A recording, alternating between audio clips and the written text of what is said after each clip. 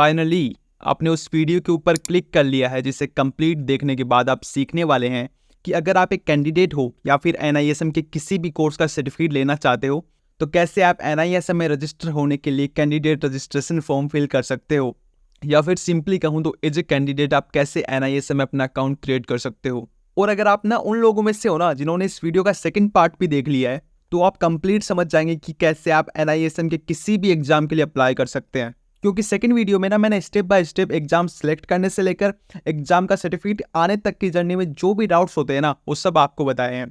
तो आपने ये वाला वीडियो यानी कि फर्स्ट पार्ट और सेकंड वाला वीडियो यानी कि सेकंड पार्ट दोनों देखे हैं ना, तो आपको ना पूरी तरह समझ में आने वाला है कि कैसे आप NISM के किसी भी एग्जाम के लिए अप्लाई कर सकते हैं। देखो, अगर आपको NISM का कोई भी एग्जाम देना है ना, तो आपको इन 6 स्टेप्स को फॉलो करना पड़ेगा। वो स्टेप्स कौन कौन से हैं? सबसे पहले आपको NISM के पोर्टल पर जाकर एज ए कैंडिडेट खुद को रजिस्टर करना होगा। ये कंप्लीट प्रोसेस ना काफ़ी स्ट्रेट फॉरवर्ड है और इस वीडियो के पार्ट 1 में हम इसी के बारे में बात करने वाले हैं। स्टेप सेकंड, रजिस्ट्रेशन के बाद आपको 2 या 3 दिन के अंदर NISM की लॉगिन डिटेल्स मिल जाएगी। ये डिटेल्स आपके रजिस्टर ईमेल पर आएगी, तो आप एक बार मेक श्योर कर लें कि आपका ईमेल एड्रेस सही हो। स्टेप थर्ड, जब आप लॉगिन करेंगे ना, तो आपको NISM के पोर्टल पर जाना होगा या आपको जिस भी कोर्स का सर्टिफिकेट चाहिए सिंपली आपको उसे सिलेक्ट कर लेना है। स्टेप 4, अब आपने जो भी कोर्स सेलेक्ट किया है तो उसे सिलेक्ट करने के बाद आपको इसका एग्जाम फॉर्म फिल करना पड़ेगा। इस फॉर्म में ना आपको अपने डिटेल्स, एग्जाम का मोड यानी कि आप ऑनलाइन एग्जाम देना चाहते हो या ऑफलाइन, और रजिस्ट्रेशन फी का जो भी पेमेंट है वो आपको पे करना पड़ेगा। पेमेंट कंप्लीट करने के बाद आपको अपने फॉर्म को सबमिट कर देना है। अब आता है स्टेप 5, अब आपको अपने एग्जाम का शेड्यूल बुक करना पड़ेगा। इस स्टेप में ना आपको एक डेट सेलेक्ट करनी पड़ेगी जिस दिन आप एग्जाम देना चाहते हो और एक टाइम फिक्स करना पड़ेगा। मेरी राय ये रहेगी कि आप ना अपना शेड्यूल 30-40 दिन बाद बुक करो, ताकि आपको बीच में ना अपनी एग्जाम की तैयारी करने के लिए टाइम मिल जाए। इसके बाद जो भी डेट आपने सेलेक्ट करी है, आपने जो भी मोड सेलेक्ट किया है, उस दिन आपको अपना एग्जाम देना होगा। एग्जाम देने के तुरंत बाद आपका रिजल्ट शो हो जाता है। अब आता है स्टेप 6, अब जब आपका एग्जाम हो जाएगा तो आपको NISM की ऑफिशियल वेबसाइट पर जाकर आपको सर्टिफिकेट मिल जाएंगे, और ये जितने भी ज़्यादा सर्टिफिकेट है ये आपके कैरियर के लिए काफ़ी ज़्यादा वैल्यूएबल होने वाले हैं। तो इस तरह आप NISM के किसी भी एग्जाम को सक्सेसफुली क्लियर कर सकते हैं। इस प्रोसेस में अगर आपको कोई भी कन्फ्यूजन होती है तो मैंने डिस्क्रिप्शन में एक वीडियो का लिंक दिया है, जहां मैंने बताया कि आप अपना कोर्स कैसे सिलेक्ट कर सकते हो, एग्जाम का फॉर्म कैसे भर सकते हो, एग्जाम मोड आपको ऑनलाइन सेलेक्ट करना है या ऑफलाइन, रिजल्ट कब आता है, ये सारी इन्फॉर्मेशन मैंने डिस्क्रिप्शन में एक वीडियो का लिंक है, और इस वीडियो का लिंक आपको आई बटन में भी मिल जाएगा। तो मैंने उस वीडियो में सारी इन्फॉर्मेशन दी है। तो अभी के लिए ना अपनी इस वीडियो को शुरू करते हैं। मुझे पता है आप में से ना बहुत लोग सर्च करते हैं कि NISM में अपना अकाउंट कैसे खोलें, क्या प्रोसेस है और क्या ये सही में काम का भी है। तो आपको फिक्र करने की कोई भी ज़रूरत नहीं है, क्योंकि आज मैं आपको वो सब कुछ सिखाने वाला हूँ कि अगर आपने वीडियो को एंड तक देख लिया है ना, तो आप easily as a candidate NISM का अकाउंट बना सकते हो। और ट्रस्ट मी, वीडियो को पूरा देखने के बाद ना आपको इससे रिलेटेड कोई भी डाउट नहीं होगा। लेकिन उससे पहले बात कर लेते हैं कि NISM के पोर्टल पर अकाउंट बनाना जरूरी क्यों है। तो अगर आपको सिक्योरिटीज मार्केट में किसी भी तरह का प्रोफेशनल सर्टिफिकेट चाहिए, चाहे वो म्यूचुअल फंड हो, डेरिवेटिव हो या फिर इक्विटी मार्केट हो, NISM का सर्टिफिकेट होना आपके लिए इन सब में ज़रूरी है। और अगर आपको ये सर्टिफिकेट चाहिए तो आपको NISM का एग्जाम देना होता है, और अगर आपको एग्जाम देना है तो आपको NISM के पोर्टल पर रजिस्टर करना होता है खुद को एज ए कैंडिडेट। और रजिस्टर करने के लिए आपको NISM के पोर्टल पर अपना अकाउंट बनाना होगा। तो हमने सिंपली समझ लिया है कि आपको NISM के पोर्टल पर अकाउंट बनाना ज़रूरी क्यों है। अब अपन बात कर लेते हैं कि NISM के पोर्टल पर अकाउंट बनाने के फ़ायदे क्या हैं। क्योंकि काफ़ी लोग ऐसे होते हैं जिनको सर्टिफिकेट नहीं चाहिए, या फिर चाहिए तो भी वो जानना चाहते हैं कि इसके अलावा हम और क्या फ़ायदे उठा सकते हैं। तो मैं आपको 5-7 कुछ ऐसे रीज़न बता देता हूँ कि NISM के पोर्टल पर अकाउंट क्यों बनाना चाहिए। पहली बात तो आपको कोई भी प्रोफेशनल सर्टिफिकेट लेना है तो उसके लिए एग्जाम देना पड़ता है, और बिना पोर्टल पर रजिस्टर किए आप एग्जाम नहीं दे सकते। एग्जाम तो छोड़ो, आप एग्जाम का फॉर्म भी नहीं भर सकते। सेकंड, जब आप रजिस्टर कर लेते हो ना, तो आपको NISM की तरफ से सारे अपडेट्स मिलते हैं, चाहे वो एग्जाम डेट्स हो या फिर आपके पास जो भी सर्टिफिकेट है उसकी रिन्यूअल अपडेट। और थर्ड, आपका अकाउंट बनाने के बाद ना आपके सारे एग्जाम के जो भी रिकॉर्ड होते हैं वो सब एक जगह स्टोर हो जाते हैं। सो अगर आपको कभी भी लाइफ में आगे जाकर ना आपको सर्टिफिकेट या रिकॉर्ड की जरूरत पड़ती है, so you can easily access them. Fourth, अगर आपको किसी भी स्पेसिफिक कोर्स के लिए अपनी एलिजिबिलिटी वेरीफाई करनी है तो वो भी ना सिर्फ इसी अकाउंट से होती है। फिफ्थ, अकाउंट बनाने के बिना ना आपको काफ़ी सारे रिसोर्सेज ऐसे होते हैं जो आपके पास अवेलेबल ही नहीं होते, जैसे कि CP या फिर और भी काफ़ी ऑनलाइन मॉड्यूल्स। और सबसे इंपॉर्टेंट बात, NISM के जितने भी सर्टिफिकेट है ना वो आपके कैरियर को बूस्ट कर सकते हैं। सो ये सब ना सिस्टमेटिक प्रोसेस के थ्रू होता है एंड NISM में अकाउंट बनाना इसका पहला प्रोसेस है। अब अपने रीज़न समझ लिए कि आपको NISM में अकाउंट बनाना ज़रूरी क्यों है, तो चलिए डायरेक्ट अपन मेरी स्क्रीन की तरफ चलते हैं और पूरा प्रोसेस स्टेप बाय स्टेप समझते हैं। आपको अपना जो भी ब्राउज़र है वो ओपन कर लेना है। मैं अभी ना अपने मैक से फॉर्म फिल कर रहा हूँ, अगर आपके पास मोबाइल है तो आप वहाँ से भी अपना फॉर्म ईजिली फिल कर सकते हैं, कोई इश्यू नहीं है। स्टेप वही रहने वाले हैं जो मैं यहाँ फॉलो कर रहा हूँ। तो सबसे पहले आपको गूगल पर जाकर सर्च करना है NISM लॉगिन। सर्च करने के बाद आपके सामने जो भी पहली प्रोफाइल खुली है NISM सर्टिफिकेट की, आपको उस पर क्लिक करना है। अब आपके सामने शो हो रहा है NISM का ऑफिशियल पोर्टल। राइट साइड में आप देखो तो आपको ईमेल और पासवर्ड डालने के ऑप्शन यहाँ शो हो रहे हैं। अगर आप इसमें ऑलरेडी रजिस्टर हो तो आपको सिंपली अपने ईमेल आईडी और पासवर्ड डालकर इसमें लॉगिन कर लेना है। लेकिन अगर अभी तक आपने अकाउंट नहीं बनाया और आप चाहते हो कि मेरा नया अकाउंट बने, तो आपको न्यू अकाउंट पर क्लिक करना है। जैसे ही हमने इस पर क्लिक किया तो हमारे सामने एक पॉपअप आता है।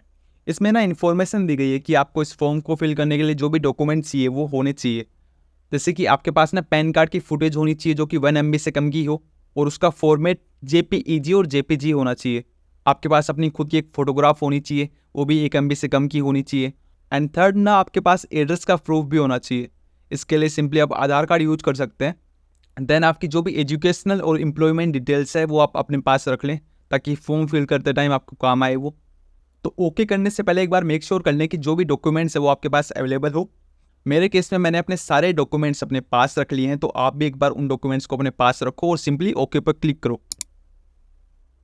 सो फाइनली अभी आपके सामने खुल गया है NISM का कैंडिडेट रजिस्ट्रेशन फॉर्म। ये फॉर्म ना देखने में आपको काफ़ी लंबा लग रहा होगा, लेकिन बिलीव मी ये काफ़ी ज़्यादा सिंपल है। सबसे पहले ना आपको अपना ईमेल एड्रेस भरना होगा, देन आपको ईमेल एड्रेस को कंफर्म करना होगा। एंड ध्यान रखें जो भी सर्टिफिकेट है ना वो आपके इसी मेल पर आने वाले हैं। तो आप ना मेरी एक राय ज़रूर मानना कि आप जो भी ईमेल रेगुलरली यूज करते हो ना, सिर्फ उसे ही यहाँ पर भरो। तो सिंपली मैं यहाँ पर अपनी ईमेल को फिल करता हूँ और उससे कंफर्म करता हूँ।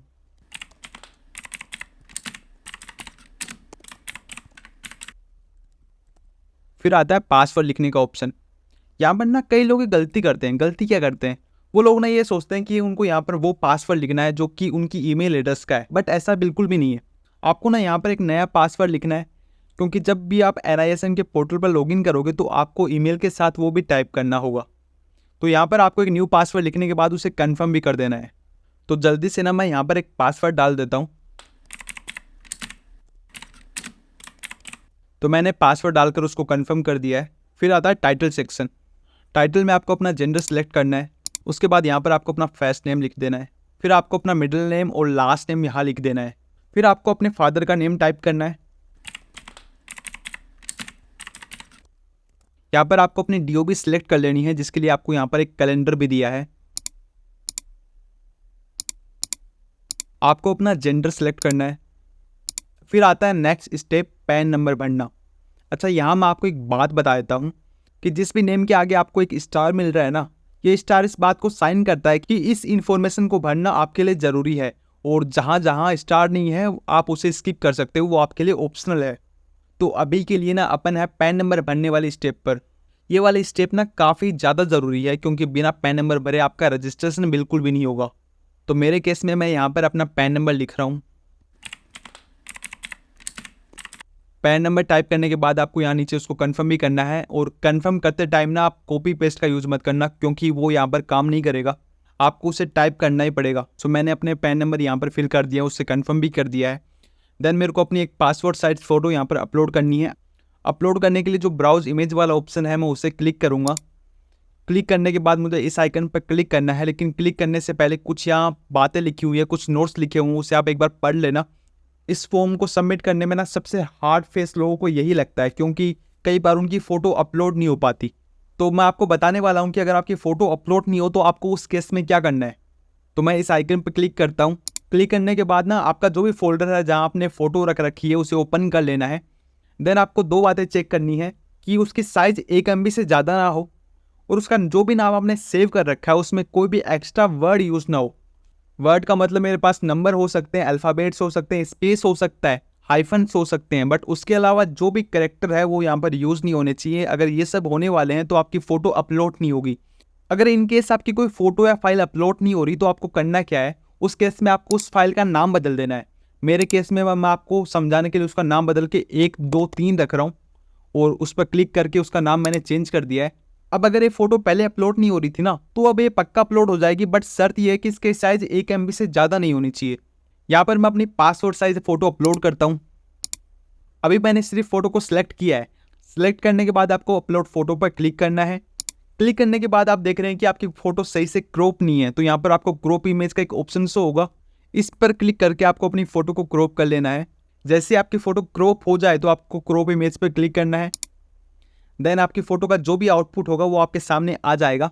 आउटपुट आने के बाद आपको सबमिट फ़ोटो पर क्लिक करना है और जैसे आप सबमिट का आइकन प्रेस करोगे तो आपको पता चलेगा कि आपकी फ़ोटो सबमिट हो चुकी है। फिर यहाँ पर आपको नीचे शो हो रहा है पैन कार्ड की इमेज को अपलोड करने का ऑप्शन। तो यहाँ पर आपको क्लिक करके अपनी पैन कार्ड की जो भी इमेज है आपको सेलेक्ट करनी है और आपको ना सेम वही प्रोसेस यूज करना है जो अभी मैंने पासपोर्ट साइज फ़ोटो को अपलोड करते टाइम यूज किया था। यहाँ पर आपको अपने जो आधार कार्ड के नंबर है वो टाइप करने हैं।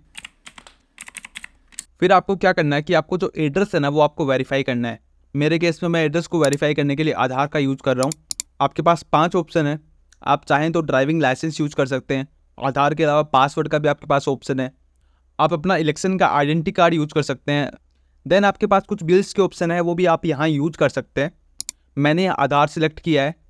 इसके बाद मैं ब्राउज POA इमेज पर क्लिक करता हूँ। देन जो प्रोसेस मैंने पहले फॉलो किया था मैं सिंपली उसे ही फॉलो कर रहा हूँ।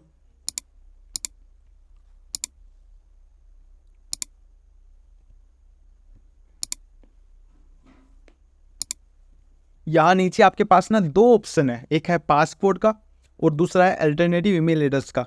अगर आप चाहें तो उसे यूज कर सकते हैं, ये सिर्फ आपके लिए ऑप्शनल है। अच्छा, आप लोगों के लिए ना एक अपडेट है। अपडेट क्या है? अगर आपने अभी तक अपना डीमेट अकाउंट ओपन नहीं किया है ना, तो डिस्क्रिप्शन में मैंने एंजल वन की लिंक दी है। तो आप में से ना कई लोगों के मन में एक डाउट आ रहा होगा कि हम तो NISM का फॉर्म फिल करने के लिए आए थे, बट अब डीमेट अकाउंट हमारे लिए क्यों ज़रूरी है? तो देखो, हम सब है फाइनेंस फील्ड के और फाइनेंस को अच्छे से सीखने के लिए ना आपको इन्वेस्ट और ट्रेडिंग करनी होती है। और इन्वेस्टिंग और ट्रेडिंग करने के लिए सबसे बेस्ट ऐप है एंजल वन और मैं हूँ एंजल वन का ऑथराइज्ड पार्टनर। तो अगर नीचे वाले लिंक से आप क्लिक करते हो ना, तो आप मेरे साथ लाइफ टाइम जुड़ने वाले हो। इस लाइफ टाइम में अगर आपके पास एंजल वन से रिलेटेड कोई भी क्वायरी आती है ना, तो आप मुझसे पर्सनली पूछ सकते हो, मेरे टीम से कॉल कर सकते हो। आपको पूरा प्रोसेस मिलने वाला है। तो अगर आप इंटरेस्टेड हो तो आप नीचे डिस्क्रिप्शन में जाकर इसको फॉर्म फिल करने के बाद उसमें डीमेट अकाउंट भी ओपन कर सकते हो। अभी के लिए हम अपना फॉर्म फिल करना कंटिन्यू रखते हैं। अब आती है आपकी कॉन्टैक्ट इन्फॉर्मेशन, यानी कि आपकी जो भी एड्रेस डिटेल्स है वो। मैं यहाँ पर जल्दी से अपने जो भी एड्रेस की डिटेल्स है वो फिल कर रहा हूँ। उसके बाद आपको अपनी सिटी, पिन कोड, स्टेट ये सब सिलेक्ट करना है। देन आपको अपने फ़ोन नंबर वेरीफाई यहाँ पर करने हैं। नीचे एजुकेशन क्वालिफिकेशन है, तो जो भी अभी आपकी करंट एजुकेशन है वो आप यहाँ पर फिल कर सकते हैं। मेरे केस में मैंने ग्रेजुएशन कंप्लीट कर लिया है, तो मैं यहाँ पर ग्रेजुएशन क्लिक कर रहा हूँ।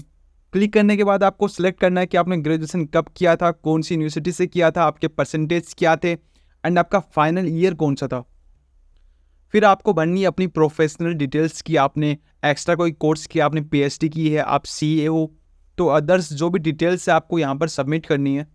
ये वाला ऑप्शन ना आपके लिए ऑप्शनल है, आप इसे चाहें तो फिल कर सकते हैं या फिर आप चाहें तो इसे स्किप भी कर सकते हैं, इसलिए आपको कोई इश्यू नहीं होगा। यहाँ पर आपको डिटेल्स भरनी है कि आप काम क्या करते हो, आप एम्प्लॉयड हो या फिर आप सेल्फ एम्प्लॉयड हो या फिर आप कुछ नहीं करते, वो आपको यहाँ पर फिल करना है। अगर यहाँ पर आप ना एम्प्लॉयड सेलेक्ट करते हो तो आपके सामने एक बड़ा सा मेन्यू आ जाएगा। तो इस डिटेल्स में आपको फिल करना है कि आपने कहाँ काम किया है, कितना आपको एक्सपीरियंस है, वहाँ पर आप कब से ज्वाइन हुए थे, उस ऑर्गेनाइजेशन का नाम क्या है एंड उसकी लोकेलिटी कहाँ पर है, वो सब यहाँ पे आपको सबमिट करना है। अगर आप सेल्फ एम्प्लॉयड क्लिक करते हो तो भी आपके सामने सेम सिचुएशन आएगी, आपको वो यहाँ पर सबमिट करना है। बट अगर आप नॉट एम्प्लॉयड सेलेक्ट करते हो तो आपके सामने कुछ भी नहीं आने वाला, आपको सिंपली आगे जाकर जो कोड दिया हुआ है वो वेरीफाई करना है। देन इस इन्फॉर्मेशन को पढ़ने के बाद आपको इस पर क्लिक कर देना है।